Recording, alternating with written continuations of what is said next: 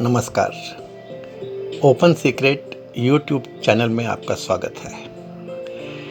मैं आपका दोस्त आशीष चांद। दोस्तों, आजकल हम लोग पंचकोश ज्ञान के बारे में जान रहे हैं। ये तीसरा वीडियो है। आज का विषय है प्राणमय कोश।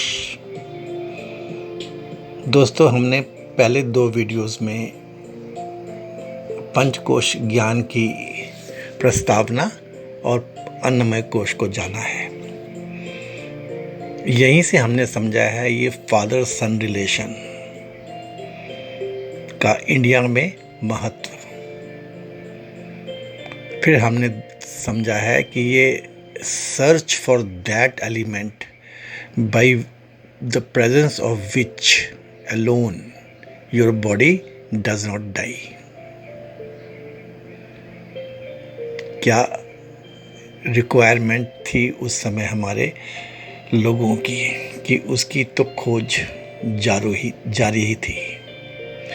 फिर हमने समझा भृगु महाराज के बारे में, इनके वंश के बारे में, इनकी अपनी रचनाओं के बारे में, और हमने जाना कि भृगु पिता से प्रेरित होकर ब्रह्म किस चीज़ का बना है यह जानने के लिए जंगलों में चले गए थे और उन्होंने पहले ब्रह्म को अन्न ही जाना। लेकिन वापस आकर के वरुण, उनके पिता ने जब चुप हो गए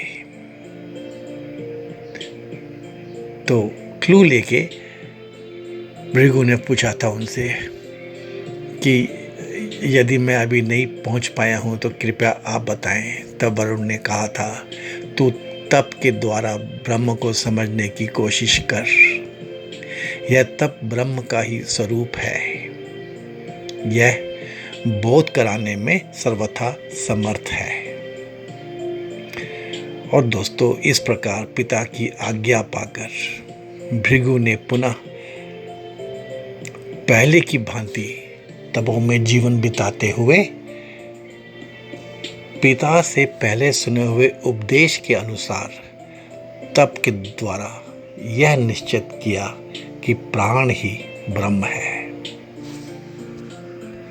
और भृगु जंगलों में निकल गए। भारत की प्रचलित व्यवस्थाओं के हिसाब से और उनके अपने ही ज्ञान के मनन के हिसाब से उन्हें जानना था, what is this pranic body, what is prana, how it works on functions in various systems of body. अन्नमय कोश में शरीर के बहुत सारे सिस्टम्स तो समझ में आ ही गए थे। हाउ दिस प्राण fuels man eight levels of physical, mental and energy. How it influences mind. तब भृगु ने जाना प्राण is the vital force which runs throughout the body. ऊर्जा, बल, क्रिया, कला, हुनर, भूख, प्यास सब प्राण के हैं। प्राण इज एवरीवेयर। लेकिन ये मानव जो है ना, he is unable to absorb it due to losses because of resistance of the body. देखिए दोस्तों, भृगु ने कब ये चीजें जान ली थी। फिर क्वेश्चन निकल के आता था कि ये प्राण और ये श्वास क्या ये एक ही हैं। लेकिन तब ये समझ में आया भृगु को कि breath is the carrier of prana. It's like a vehicle in which the pran travels, this breathing. The better the condition of the vehicle, better the prana was enabling you to do better jobs. As simple as that. दोस्तों, ये प्राण जो था समझा गया कि ये like a life ether है। यू नो, और ये पूरे बॉडी के रग रग में, रोम रोम में, कण कण में चलता है, यू नो। और इसका चलने की जो विधा है, व्हीकल है, वो है सांसें लेना। तो सांसों का प्राणों से जोड़ तो है, लेकिन प्राण अलग है और सांस अलग है दोस्तों, ये आप जानने में रखना। और ये पूरे शरीर में विद्यमान है प्राण, और ये चलता है, समथिंग लाइक दैट। फिर आगे भृगु ने यह समझने की कोशिश की, from where we get the prana, you know. तो नॉर्मली तो ये फूड्स में से, बिवरेजेस में से मानव को मिलता है, लेकिन भृगु ने तभी ये समझ लिया था कि इट इज फ्रॉम द प्राण वायु दैट वी ब्रीथ। हम कहते हैं ना, हिमालयाज में प्राण वायु बहुत अधिक है, समथिंग लाइक दैट, जिसको आज की टोटल टेक्निकल लैंग्वेज में ऑक्सीजन से भी जोड़ा जा सकता है, यू नो। लेकिन प्राण is obtained from all the elements on the earth, specially the basic 5, जो पंच महाभूत है ना, मेन तत्व है, बेसिक एलिमेंट्स, सबसे प्राण मिल जाता है। Prana is available in the environment, it is up to man to absorb this prana from the system. जैसे दोस्तों बहुत लोग हमारे यहाँ पे बहुत दिन, हमें लगता है कि फास्टिंग करते हैं, लेकिन वो कहते हैं कि नहीं, हम सूर्य से प्राण ले लेते हैं, हम हवा में से प्राण ले लेते हैं, ऐसे। It is up to man to absorb. यही योगिक क्रिया का महत्व है, ये उनकी ये यू नो उनकी ये क्वालिटी है। तब भृगु ने फिर ये science of breathing and the power of being rhythmic, you know, इनके बारे में समझा, कैसे हमको कंसंट्रेशन में फ़ायदा मिलता है प्रॉपर ब्रीदिंग से। और ये समझा कि जो शरीर के ये सिस्टम्स हैं, यानी कि सारे सिस्टम हैं, क्योंकि पूरे शरीर में सिस्टम फैले हुए हैं और पूरे शरीर में ये प्राण रहता है। ऐसा तो कुछ है नहीं कि आपके बॉडी का कोई पार्ट हो जहाँ प्राण ना हो। बहुत कॉम्प्लेक्स, बहुत ब्यूटीफुल बॉडी है दोस्तों हमारी, और हमारी जो समझ है हमारे देश की, ये भी बहुत ब्यूटीफुल है। देखिए, इसमें दोस्तों इम्पोर्टेंट चीज़ ये है कि ज्ञान वो है जो आम आदमी को समझ में आ जाए। वैसे तो जो डॉक्टर्स हैं, यू नो, उनको तो फिर समझ में आता है, लेकिन उनकी अलग टाइप की साइंस है, बहुत लिमिटेड दायरा है। ओवरऑल समझना, जीने के लिए समझना, खुश जीने के लिए समझना, ये तो हमारे ज्ञान में से ही मिलता है। भृगु को तब समझ में आया कि जो ये सिस्टम्स हैं, respiratory, circulatory, nervous, endocrine, genital, सब जगह प्राण रहता है। और ये भी कि wrong breathing practices they cause you harm. इसके लिए फिर प्रॉपर योगिक एक्शंस हैं विच रीजेन्युएट द प्राण। प्राण अगर आपका धीमा हो जाए तो इसको ठीक करने के लिए प्रॉपर योगिक एक्शंस हैं। जैसे हमेशा बताया गया है, जो भारत की स्टडी है ये तो थोड़ी सी डीप है और अलग प्रकार की है। मेजरमेंट्स का बहुत मतलब है दोस्तों। ऐसा नहीं कि क्वालिटेटिवली इसको बस जान लिया जाए। तो भारत ने 5 तरह के प्राण और 5 तरह के उप प्राण यू नो डिस्क्राइब किए, और ये भी जाना कि प्राण जो है ये शरीर में नाड़ियों के थ्रू चलता है। दोस्तों, मैं तो इसको ऐसा कुछ समझता हूँ कि जैसे एक स्पॉन्ज है।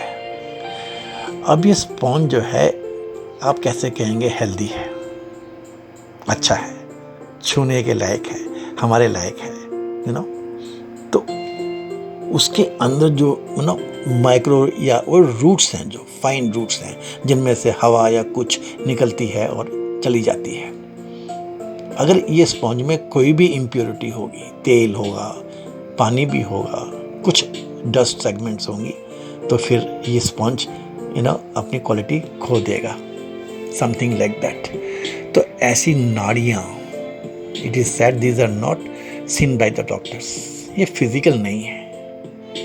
बहुत अजीब चीज़ है दोस्तों, ये तो आपको समझना चाहिए। तो ऐसी सूक्ष्म 72,000 नाड़ियाँ डिफाइंड है हमारी बॉडीज में, प्राणमय शरीर में।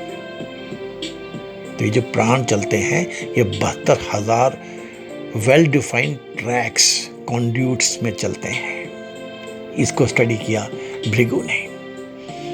और दोस्तों ब्यूटी देखिए कि जब आप एक सांस लेते हैं बस, तो 5 तरह की वायु प्रवाह करती है हमारे शरीर के अंदर, और इस प्रवाह की गति और दिशा से 33,000 तरह की वायु जानी जाती है।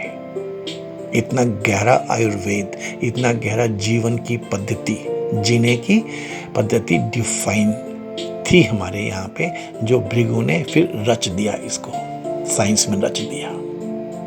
जीवन प्राण से ही चलता है।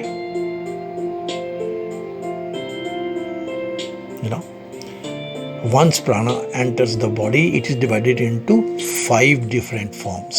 मैंने बताया ना आपको कि 5 तरह के प्राण हैं, 5 तरह की वायु प्रवाह करती है दोस्तों, ऐसे। अब देखिए दोस्तों, भृगु ने इसको भी स्टडी किया था। सबसे पहली है प्राण वायु दोस्तों, ये नेक से लेकर के डायाफ्राम तक, अंदर और नीचे की ओर।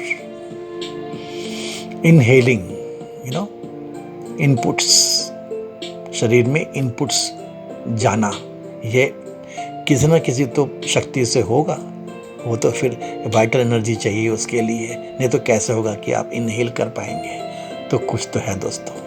ये थी प्राणवायु, इसको डिफाइन किया गया है। इनपुट्स सिर्फ ऐसे नहीं, सूंघना, देखना, जितनी परसेप्शंस हैं आपकी, सारी इंद्रियां जो हैं, उन सब के जो कार्य हैं ये प्राणवायु से कंट्रोल माने जाते हैं। Sensory inputs and mind control. It is said to be mainly responsible that you are healthy and mentally strong. ये इसकी रिक्वायरमेंट है, ये इसके लिए जरूरी है। The function is to take prana from outside and feed it into the system. प्राण वायु का ये फंक्शन है। जोन मैंने बताया आपको, नेक, कंठ से नीचे डायाफ्राम तक, चेस्ट इसका जोन है और इसमें मेंटेन क्या करना होता है, लंग्स हैं, हार्ट है, ब्रीदिंग है और इमोशंस भी है। एब्जॉर्बिंग इमोशंस, इमोशनल स्टेबिलिटी इस प्राण वायु का कार्य है। और दूसरी दोस्तों है अपान वायु, ये है नीचे की तरफ और बाहर की तरफ। It is below the naval, नाभि से नीचे और जेनिटल्स तक। जितने भी आपके एक्सक्रीशन के सिस्टम्स हैं, जो अव्यय हैं, जो एलिमिनेशन है बॉडी से, एक्सक्रीशन है इन सब के लिए, या ये कह लीजिए आपकी वेस्ट मैनेजमेंट, इसकी है ये अपान वायु। इसका स्थान क्या निकल के आया, गुदा, एनस, रेक्टम। और वैसे ही जो ये अपान वायु है, it helps eliminate the unwanted things in the mind. दोस्तों तभी उसी समय यह भी पाया गया था कि स्त्रियों में ये 2 अलग टाइप की भी अपान वायु होती है। एक तो प्रसूति के लिए, जो पुरुषों की कोई ज़रूरत नहीं है, और एक गर्भाशय को संभालने के लिए, हमेशा के लिए, प्रजापत्य वायु। तीसरी थी समान वायु, ये बाहरी इलाके से केंद्र की ओर, स्थान हुआ नाभि, between the diaphragm and the naval. इसका जो काम है ये भोजन को पचाना। It is responsible for absorption of nutrients from the foods that we take in, the conversion into energy. And friends, processing of the information and assimilation of the essence. ये सब समान वायु के काम जगह यहाँ पर है ये. Retaining the learning from bad experiences and mind pondering constantly. ये समान वायु से ही होता है. फिर चौथी वायु दोस्तों, व्यान वायु. इसको केंद्र से बाहर की ओर माना गया है. ये पूरे शरीर में व्याप्त रहती है.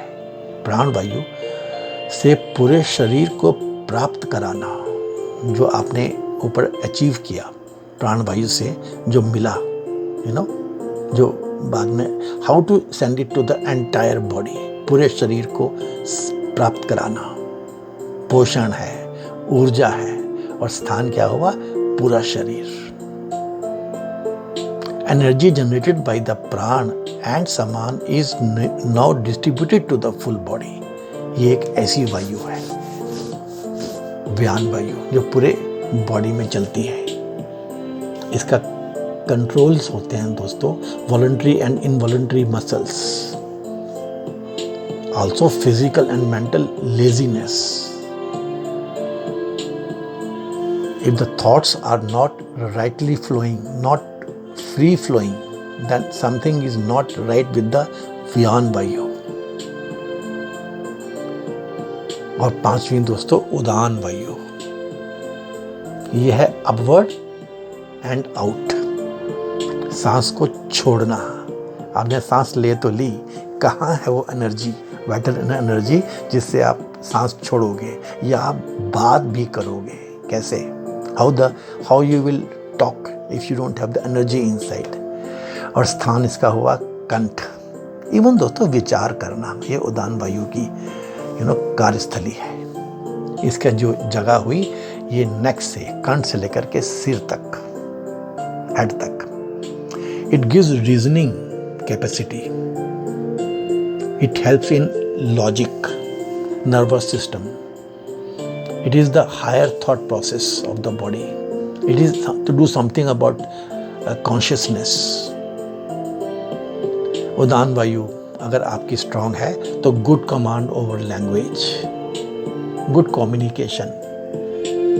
ये जो हमारे यहाँ पर योगी ना लेविटेट करते हैं, जो काउंटर द ग्रेविटी चले जाते हैं, या जिनकी जो थिंकिंग है एब्सोल्युटली क्लियर होती है, इनकी डिसीजन मेकिंग बहुत स्ट्रांग होती है दोस्तों. ये सब उदान वायु के कर्तव्य हैं, ऐसा ही मानो. ऐसे दोस्तों भृगु ने जंगलों में घूम घूम के प्राण वायु को समझा. प्राणमय कोश, इसको फिर उसने डिफाइन किया, उन्होंने डिफाइन किया. उन्होंने इस चीज़ को जाना, निश्चय किया कि प्राण ही ब्रह्म है.